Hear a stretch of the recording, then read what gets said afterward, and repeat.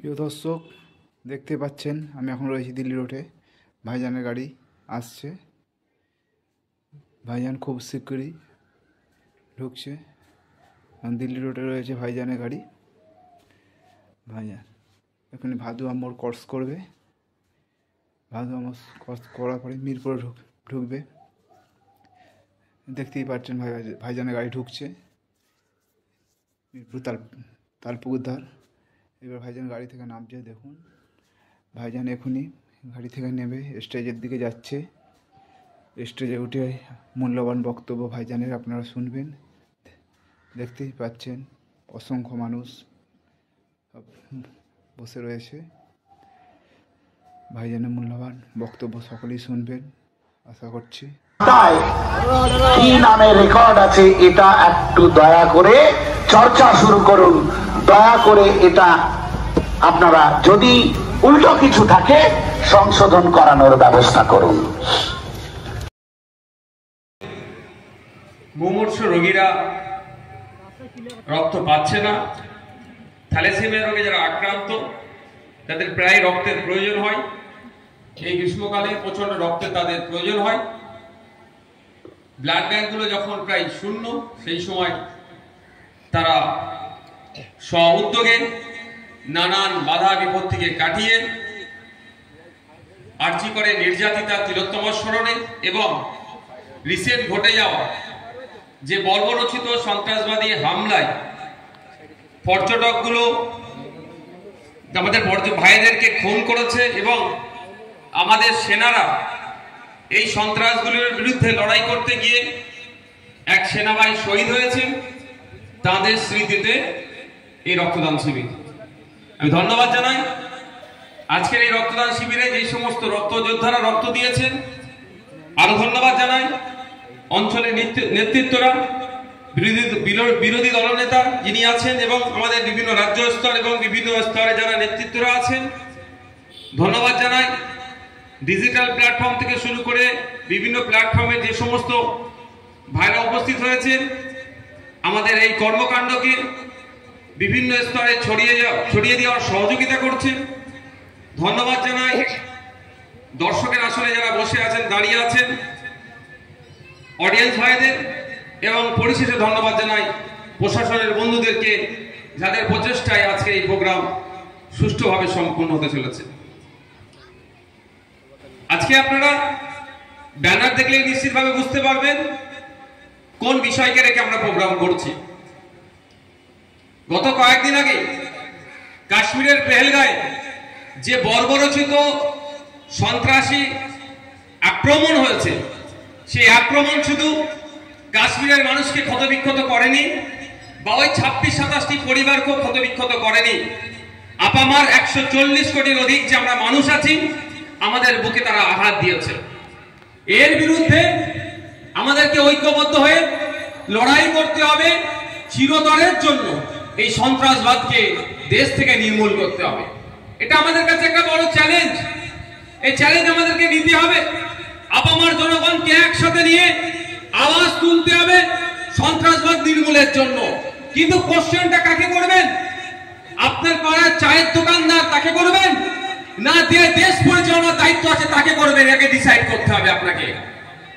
কাকে প্রশ্ন করছে? যে ঠেলাওয়ালা তাকে গিয়ে প্রশ্ন করছে সন্ত্রাসবাদী হামলা হলো কেন?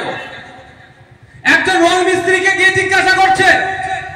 তথাকথিত দেশপ্রেমিকরা, দেশপ্রেমিকদের যদি পূর্বপুরুষের চরিত্র দেখা যেত, সেই তাদের পূর্বপুরুষের যদি ইতিহাস খুলে দেখি, ব্রিটিশদেরকে মোচলেখা দিয়েছিল যে হুজুর আমাদেরকে মাফ করুন, আমরা স্বাধীনতা সংগ্রাম করব না, বরঞ্চ আপনাদের চাটুকারিতা করব। তারা আজকে গিয়ে দেশপ্রেমিকের সার্টিফিকেট বিলি করছে। প্রশ্ন করার দায়িত্ব ছিল, প্রশ্ন করা দরকার সরকারকে, প্রশ্ন করতে হবে মোদীকে, প্রশ্ন করতে হবে অমিত শাহকে। এত বড় সন্ত্রাসবাদী কাণ্ড ঘটে গেল, তোমাদেরকে জবাব দিতে হবে। তার পরিবর্তে চায়ের দোকানে গিয়ে বলছে এটা নয় সেটা নয়, জ্ঞান বন্টন বিধি বন্টন করছে। চায়ের দোকানদার কি করবে? ওই ঠেলাওয়ালা কি করবে? ওই রিকশাওয়ালা কি করবে? ওই দিন মজুরে যিনি কাজ করেন তিনি কি করবেন? করার দায়িত্ব তো অমিত শাহ, করার দায়িত্ব হচ্ছে মিশ্রার একজন বিএসএফ এর ভাই, তিনার ডিউটিরত অবস্থায় সীমান্ত ভুল করে পাকিস্তানের সীমান্তে চলে গিয়েছে। এখন আমার ভাইকে ফেরত নিয়ে আসতে পারেনি এই 56 ইঞ্চির নির্লজ্জগুলো। এটা হয় অনেক সময়। India Pakistan, India Bangladesh, India Bhutan, মানে যে সীমা আছে, এই সেনা ওইদিকে চলে যায়, ওই সেনা এইদিকে আসে। ফ্ল্যাগ মার্চের ফ্ল্যাগ মিটিং এর পরে সেনাকে কি হয়, আমাদের সেনাকে আমরা ফিরিয়ে নিই, ওদের সেনাকে আমরা ফিরিয়ে নিই। এটা চুক্তির মধ্যে পড়ে, ইন্টারন্যাশনাল বর্ডার যে ট্রিটি আছে তার মধ্যে পড়ে।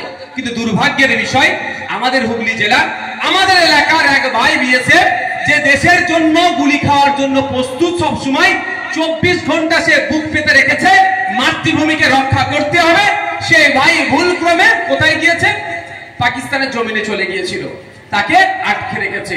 আর এই 56 ইঞ্চি অনেক বড় বড় ডায়লগ বাজি করে, অনেক বড় বড় কথা বলে, এখন আমার ভাইকে ফেরত নিয়ে আসতে পারছে না। খোঁজ নিলাম, তার পরিবারের ফুটফুটে সন্তান আগামী দিনে আসতে চলেছে। সে এখনো পৃথিবীতে ভূমিষ্ঠ হতে পারেনি, তার পিতাকে পাকিস্তানে আটকে থাকতে হচ্ছে। এখনো 56 ইঞ্চি কিছুই করতে পারছে না। যদি 56 ইঞ্চি কিছু না করতে পারে, আমাদেরকে দায়িত্ব দিক না। অসুবিধা আছে ভাই? না। অসুবিধা আছে? পৃথিবীর মানচিত্র থেকে মুছে দেবো এই দেশটাকে, পারবেন তো নাকি ভাই? যে আমার দেশকে অস্থিরতার মধ্যে ঠেলে দেবে, তার সাথে কোনো কম্প্রোমাইজ? কদিন আগে শুনলাম অনেক কিছু বলছে, এইসব অ্যাটাকের পরে অনেক কিছু করবে। একবারের জন্য বললো না, পাকিস্তানের সাথে যারা বিজনেস করে সেটা বন্ধ করে দেবো। শুনেছেন কি? এটা বলেনি। বলেছে কি ভিসা টিসা হ্যান ত্যান সব ঠিক আছে, আমি প্রস্তুত। পাকিস্তানে যে অ্যাম্বাসেডার আছে বা যারা আছে এখানে রাষ্ট্রদূত, তাদেরকে পাঠিয়ে দিও। পাকিস্তানের ভবন এখানে রাখা যাবে না, আমি প্রস্তুত এতে। কিন্তু সব করবে বলছে কি, ভিসা বন্ধ করবে, পানি বন্ধ করে দেবে, সব করবে বলছে।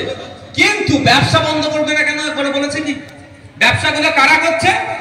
আপনার পাড়ার গরিব হিন্দু ভাইটা করছে না। আপনার পাড়ার কোন হিন্দু ভাই পাকিস্তানের সাথে ব্যবসা করছে না। যে আমরা নুনটা নিয়ে আসি, নুন লবণ আমরা খাই, তো একটু ঘটে দেখবেন লবণের একটা হেভি অংশ নাকি পাকিস্তান থেকে আসে শুনেছি, মানে ফ্রিতে নয়, বিজনেস করার জন্য। তো ওই লবণটা কে কিনছে? ওই শিল্পপতিরা, যায় মোদির আশপাশে যেগুলো ঘরে, তারা কিনছে, কিনে আমাদেরকে বিক্রি করছে আবার।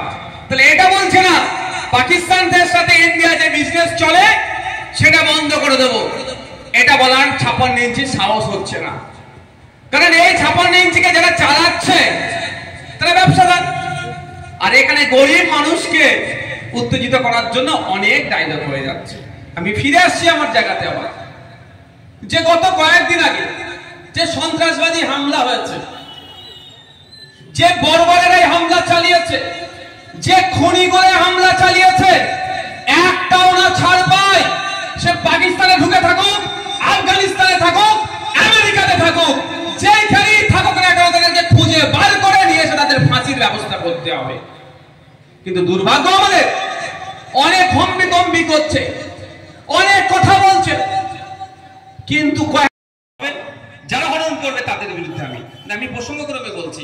আইএসআইএস কি বলে নাকি তারা মুসলিমদের সংগঠন, মুসলমানদের হয়ে তারা লড়াই করবে। শুনে খুব বড্ড মনে করবে অনেকে, জান ভরে যাবে। পতাকাতে আবার কলেমা লেখা আছে। কিন্তু গাজাতে যেভাবে অত্যাচার চালালো, আইএসআই একটা শব্দ খরচ করেছে ভাই। কারো কাছে কোনো ডকুমেন্টস থাকলে আমাকে দেবেন। তাহলে ভাই তুমি কিসের জন্য, এটা বুঝে নিতে হবে। ওদেরকে তৈরি করেছে এইরকম ভাবে, ওদেরকে আমেরিকা ইসরায়েল তৈরি করেছে মুসলমানদের নাম দিয়ে, মুসলমানকে সারা পৃথিবীর বুকে বদনাম করার জন্য। প্রকৃতি যদি মুসলিম দরদি হয়, সে কোনোদিন, প্রকৃতি যদি মুসলমান হয়, সে কোনোদিন অন্য মানুষকে হত্যা করতে পারে না। তো যেটা বলছি, ফেসবুকে একটা গল্প পড়েছিলেন, ওই আইএসআই একজনকে ধরেছে, স্বামী স্ত্রী যাচ্ছিল, বলেছে কলেমা পড়তে। ভদ্রলোকটি দুটো মন্ত্র পড়ে দিয়েছে, তখন ছেড়ে দিয়েছে। স্ত্রীটি তার স্বামীকে জিজ্ঞাসা করছে, হ্যাঁ তুমি এরকম ভাবে বললে, যদি ওটা বুঝতে পেরে যেত তাহলে তো কোথায় তোমার মানে ডবল বেশি করে গুলি করতো। তখন ওই স্বামীর স্ত্রীকে বলছে, ওরা যদি কোরআন জানতো তাহলে আমাকে আটকাতো না বা আমার দিকে গুলি চালাতো না, ভাই বন্দুক ধরতো না। ওরা জানে না বলেই তো আমার দিকে বন্দুক ধরেছে। আমি গল্পগুলো বলছি একটু মাথায় ঢোকানোর জন্য। একটা সাজিশ চলছে, একটা চক্রান্ত চলছে, কিভাবে ভারতবর্ষের মানুষের মধ্যে, নাগরিকদের মধ্যে ডিসকন্টেন্ট তৈরি করা যায়, একে অপরের প্রতি কিভাবে অবিশ্বাসের বাতাবরণ তৈরি করা যায়, একে অপরকে কিভাবে শত্রু হিসাবে আমাদেরকে দেখিয়ে দেওয়া যায়, এই একটা প্ল্যান চলছে। সেই প্ল্যানটা কারা চালাচ্ছে? তদন্ত সাপেক্ষ। প্ল্যানটা কেন চালাচ্ছে নতুন করে আর আমাদের বলতে লাগবে না, কিন্তু কারা চালাচ্ছে তদন্ত সাপেক্ষ। তদন্ত কে করবে? যারা সরকারে আছে, তাদের দায়িত্ব এটা তদন্ত করা। কিন্তু দুর্ভাগ্য আমাদের, যারা সরকারে আছে তাদের ব্যর্থতা ঢাকার জন্য এত বড় ইন্টেলিজেন্স ফেলিওর হয়েছে। এটা আমি আমার কথাই বলছি না, সর্বদলীয় বৈঠকে যখন আলোচনা হয়েছে তখন বিজেপির পক্ষ থেকে, সরকার পক্ষ থেকে বলা হয়েছে যে তাদের গাফিলতি ছিল, অর্থাৎ তাদের ইন্টেলিজেন্স ফেল হয়েছে বলেই এই ঘটনা ঘটেছে। কিভাবে ফেল হয়েছে, তাদের জন্য ফেল হলো?